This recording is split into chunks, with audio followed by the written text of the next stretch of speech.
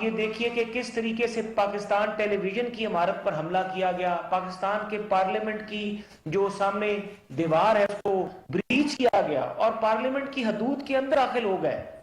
Supreme court کا جہاں پر تختی لگی ہوئی ہے، سپریم کورٹ آف پاکستان، وہاں پر شلواریں لٹکائی گئی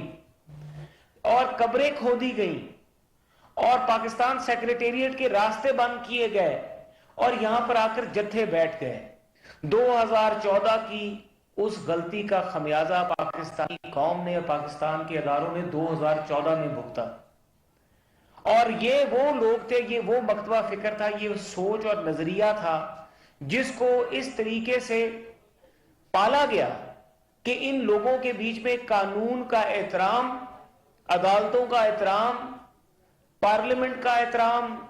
ریاستی اداروں کا احترام ختم کیا گیا. ان کی تربیت عمران خان نے اپنے کارکنوں کی سیاسی تربیت اس طرح سے کی کہ وہ کہنے پہ تو وہ اگر تحریک طالبان والوں کی تو داڑیاں ہوتی ہیں، اگر ان کی داڑیاں ہوتی تو جو کچھ انہوں نے کیا اور تحریک طالبان پاکستان والے کرتے رہے اس میں کوئی فرق نہیں تھا.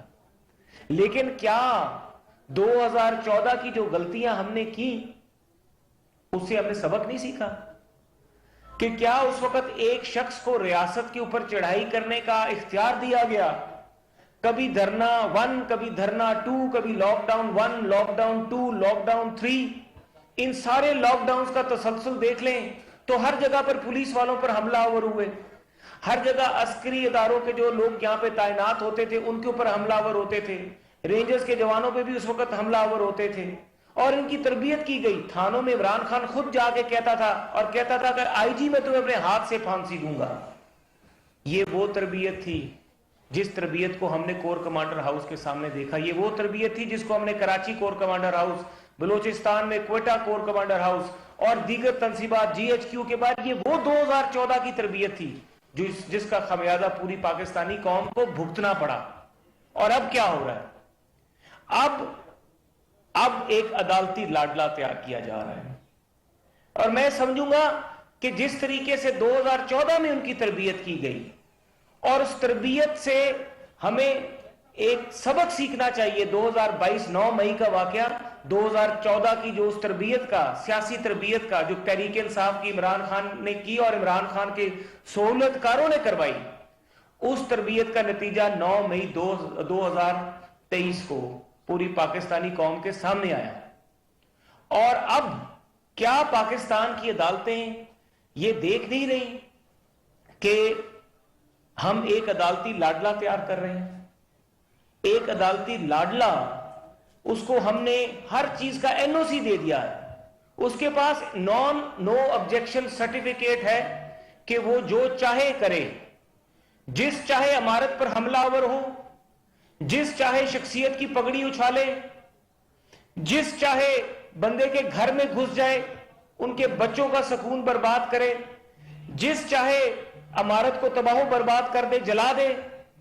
اس بندے کو ہم کوئی عدالت، کوئی بھی ادارہ ہاتھ نہیں لگا سکتا کیونکہ وہ عدالتوں کا لاڈلا ہے. کاش یہ سہولت مسلم لیگ نون کے لیڈروں کو بھی میسر ہوتی 2018 سے لے کے 2022 تک. کاش یہ سہولت میاں نواز شریف کو بھی میسر ہوتی جب وہ لاہور ایئرپورٹ پر لینڈ ہوا تھا انتخابات سے پہلے. کاش یہ سہولت مریم نواز کو اس وقت میسر ہوتی جب اس کو اپنے والد کے سامنے اریسٹ کیا گیا تھا. جو سہولت عمران خان کو پولیس لائن میں بیٹھے عمران خان کو میسر ہوئی تھی، کاش وہ سہولت خواجہ سعد رفیق، شاہد خاقان عباسی، رانا ثناء اللہ، ان تمام لوگوں کو بھی سہولت میسر ہوتی. کاش وہ سہولت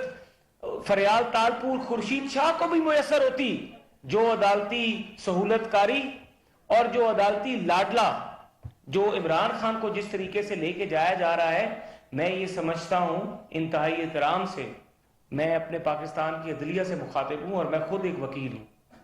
کہ ہم ایک عدالتی دہشت گرد پیدا کر رہے ہیں. اگر اس شخص کو قانون توڑنے پر، قانون کو اپنے ہاتھ میں لینے پر، قانون شکنی کرنے پر،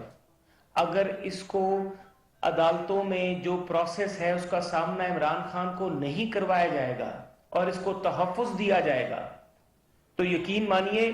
پاکستان میں آنے والے دنوں میں ہر جرم کرنے والا شخص عمران خان کے اس جو اس کو سہولت کاری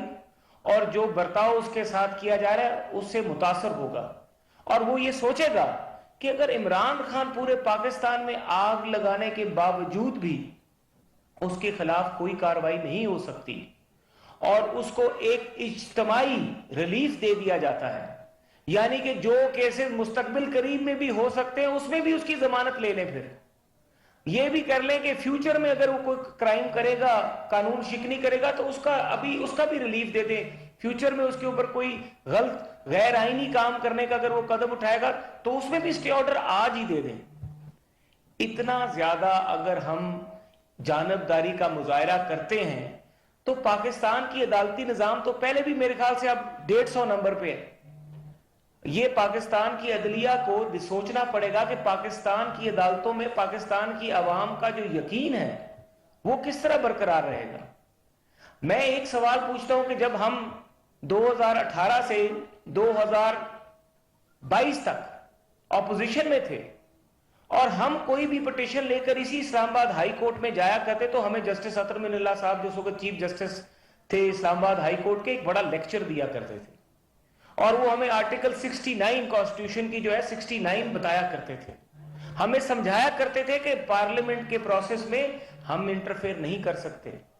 پارلیمنٹ کی پروسیڈنگز کے پروسیس میں ہم انٹرفیئر نہیں کر سکتے، پارلیمنٹ کی کمیٹی کے پروسیس میں ہم انٹرفیئر نہیں کر سکتے۔ الیکشن کمیشن کے ممبران کی تعیناتی کا معاملہ تھا، پورا پارلیمنٹ کو بائی پاس کر کے غیر آئینی طور پر صدر پاکستان نے ایک نوٹیفیکیشن نکالا تھا، لیکن اس سارے پروسیس کے بیچ میں کوئی اسٹے آرڈر نہیں کہیں پہ نظر آئے گا آپ کو۔ ہم نے صحت انصاف کارڈ جب عمران خان نے اس کے اوپر تحریک انصاف کا پرچم شائع کر دیا، اس کے اوپر جب ہم نے پٹیشن ڈالی تو اس پٹیشن کے اوپر بھی کوئی اسٹے آرڈر نہ آیا، ہم پر خود مقدمات بنائے گئے جو لاہور میں نیب کے تھے، میرے پہ مقدمے تھے، میں اپنی پٹیشن لے کے پیش ہوا اس وقت اسلام آباد ہائی کورٹ میں، انہوں نے کہا جی ہم آپ کو ریلیف نہیں دے سکتے، کوئی پروٹیکٹیو بیل نہیں مل سکتی، چاہے آپ کا معاملہ لاہور میں، اب لاہور جائیں۔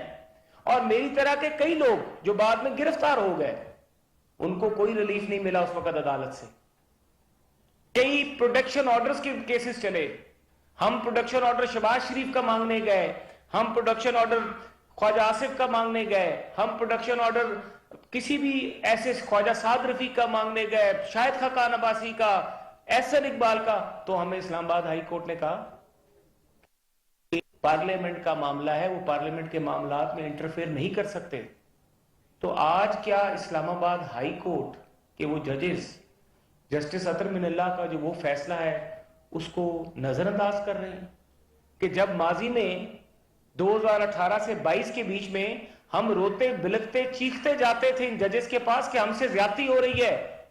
رانا ثناء اللہ کے اوپر 15 کلو ہیروین ڈال دی گئی ہے، اس کا جج واٹس ایپ